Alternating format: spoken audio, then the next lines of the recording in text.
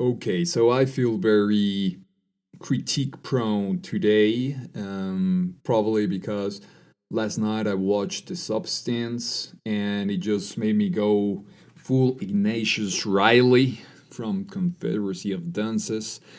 And so now I'm all dressed in black. I have my French beret on the head and I'm ready to turn a new one into a film that ends up having a lot of by the end. And The Substance is a film I've been hearing about for a month. A lot of people have praised it. You see a lot of talk around it. It's like I think it's the big movie of the year in terms of how much recommendations and just like general discussion it has generated. And I saw the trailer, thought it was okay, but really didn't encourage me that much into really uh, go watch it immediately. But eventually the recommendations piled on to the point where it was almost a matter of work importance. And so I watched it, and by minute 10 I was already kind of bored, and I could already tell that the movie had exhausted itself. And to be fair, it's a pretty movie, and so at least it's kind of like a beautiful wreck, but it is a wreck, and just I'm not impressed, just like making like beautiful shots that that are homages to Kubrick is not gonna win me over. Like just being like cinematically savvy. It just really ends up being like this very pretty pastiche, like this chimera creature that this is gonna be a spoiler heavy episode. So, you know, just giving you the heads up.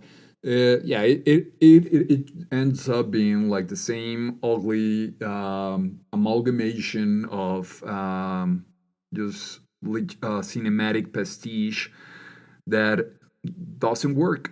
That is just trying to get people to love it. And this is what really almost gives me a headache about the movie. It's just so ironic, right? That the movie called The Substance does not have substance. Right? That the movie concerned about being shallow and caring only about appearances is just like a pretty movie that has nothing underneath worthwhile. It's just I don't know. It's just terrible to me. And if people think that this is some sort of intentionally ironic made movie and that it's self-aware that it's being bad, I like making a bad movie that is self-aware does not make the movie good. If right, I mean, like not because I make like a shitty movie that is about making like a shitty movie, their self-referentiality makes it somehow good. Like in my mind, it makes it worse. And but like, of course, I'm interested in the aspect that this was not conscious, right? And that it actually presented sincerely the movie without knowing it was being ironically this criticizing itself almost. There's this feeling that I'm almost being naive about coming in to criticize the movie because it feels like it almost does it itself. Your movie about being superficial is superficial. So what's the point? What's the point of it all? That's a feeling I get at the end. But like when a movie is it's popular, it's worthwhile seeing it and commenting and thinking about and how it relates to culture at large. I think that's always a very fruitful endeavor of the critic and the film thinker and analyzer work. But yeah, in this case, I could certainly go more into praising very specific aspects, like it's a very visual, graphical film. It has very few relevant dialogue, so I think that's cool. That it really focuses on the visual. Also it does have a lot of aid from the soundtrack and the sound effects and all these things, but that the narration is really carried through, like the graphical elements, I think is something that is worth praising here. And I think it's also interesting, and I think this is the main success of the movie and the reason why it has been so lauded, that in this age of like just meme or oriented, meme savvy, graphically heavy, obsessed humans that are constantly watching videos, TikTok, all the the language, like the aspect starts to becoming to degenerate in a way, right? Like people are not capable of reading hard text, of understanding poetry, of understanding like really subtle just arguments, literary arguments, and all of these things. But there are a lot more receptive to the graphical element, and the movie does this very well. It's you know it's a sad thing because it feels like it's like now we have to make like these dumb graphical movies with like big bold letters that are just like that doesn't have more than like simple phrases that could even be taken out, or you don't really have to understand what they're saying to get the movie.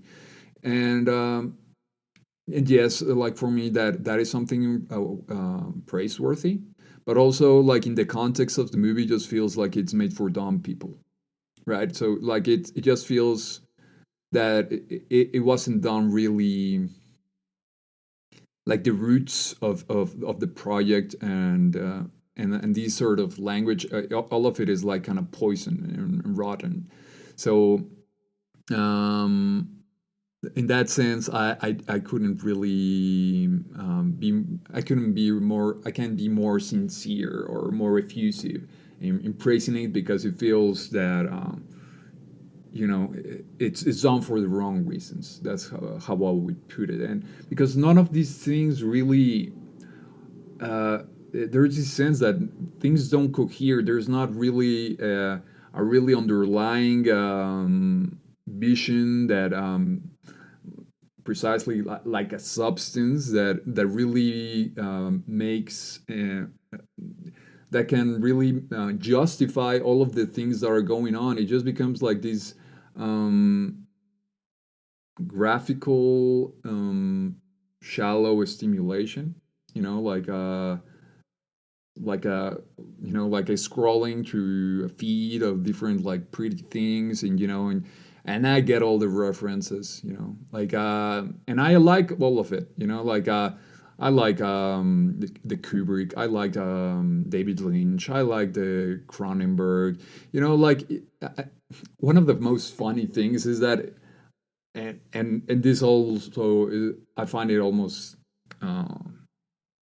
I take it almost in disbelief, because like the other big among all these great film directors, like it seems to me like the other big influence, whether conscious or not, is like the Benny Benassi Satisfaction video.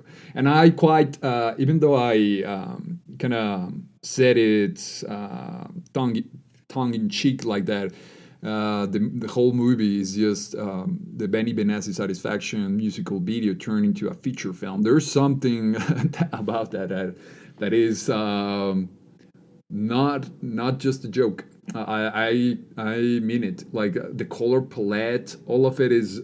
I think either, as I said, like it would be fantastic if it was like some sort of like collective unconscious thing that just flow in there. Being, it just seems very um, it feels too close to be that subconscious. It does real feel like a almost the biggest influence. Like the people love to do like these comparisons with the Kubrick shots, but like come on, like the Benny Bennett, I think it's a bigger influence than Stanley Kubrick, and I thought that was like riveting too.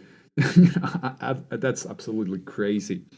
Like these weird pastiche that like yeah, it's just like a weird chimera that doesn't cohere into anything. Then we also had Carrie, and just endless references and repetition, and it doesn't get really anywhere. I can't believe it was 2 hours and 20 minutes long. I think at an hour I was like, okay, this is okay, but like the last hour just really was really hard to watch. It felt really like a college student film with like a million like millions in production. I don't know how that happens, but it feels like that. And for a film grade student, I think it's great. It's a little bit of what you expect. That they have like this cinematic culture references, technical ability, but maybe they haven't developed like their own language, their own way of expressing and telling stories and all these things.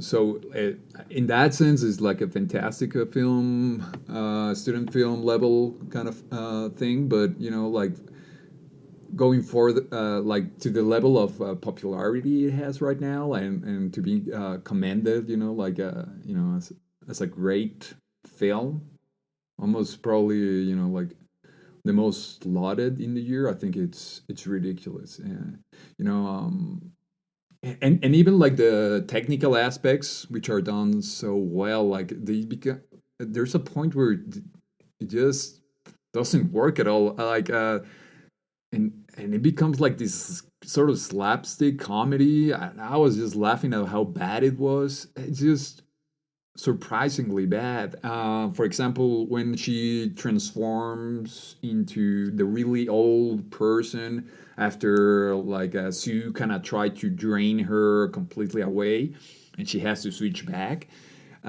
First, like there's this sense of physicality where there's the way she moves is clearly constrained and painful and really hard to almost do anything, and you kind of believe that there's this kind of like transformation, I guess.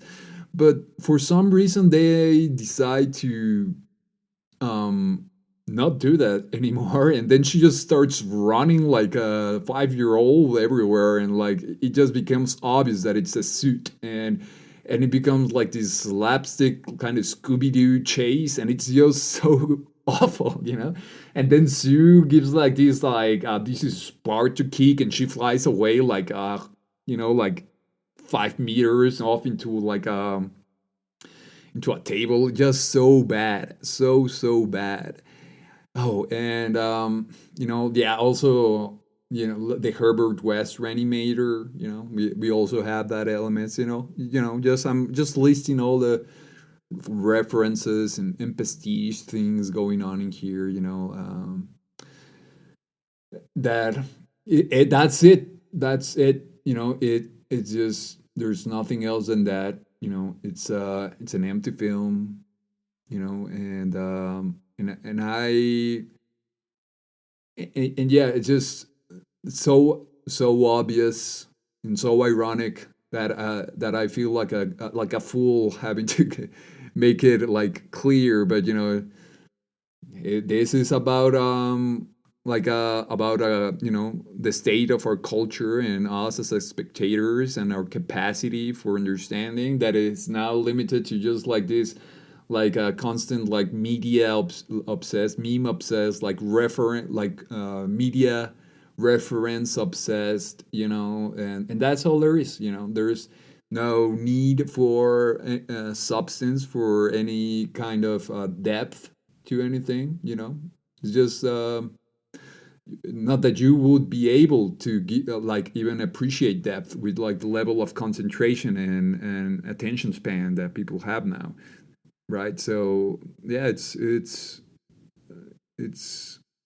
incredibly self-referentially about the state of culture, hopefully, and it would have been good if it was self-aware, and kind of knew that, but I'm sure it wasn't, and it just ends up being like this really ironic statement about the that is mind-bogglingly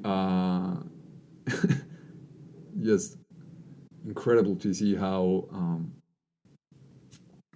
it came into being something that is so falls so much in what it's trying to critique. I really struggle to with this aspect, as you probably have noticed by now. So I don't know. I think that's all it has to say. I don't want to get stuck in like self-referential loop. So let's stop it here. Thank you for listening. If you want me to go into any other aspects, or wanna offer a differing opinion, send a comment, and I'll see you guys soon.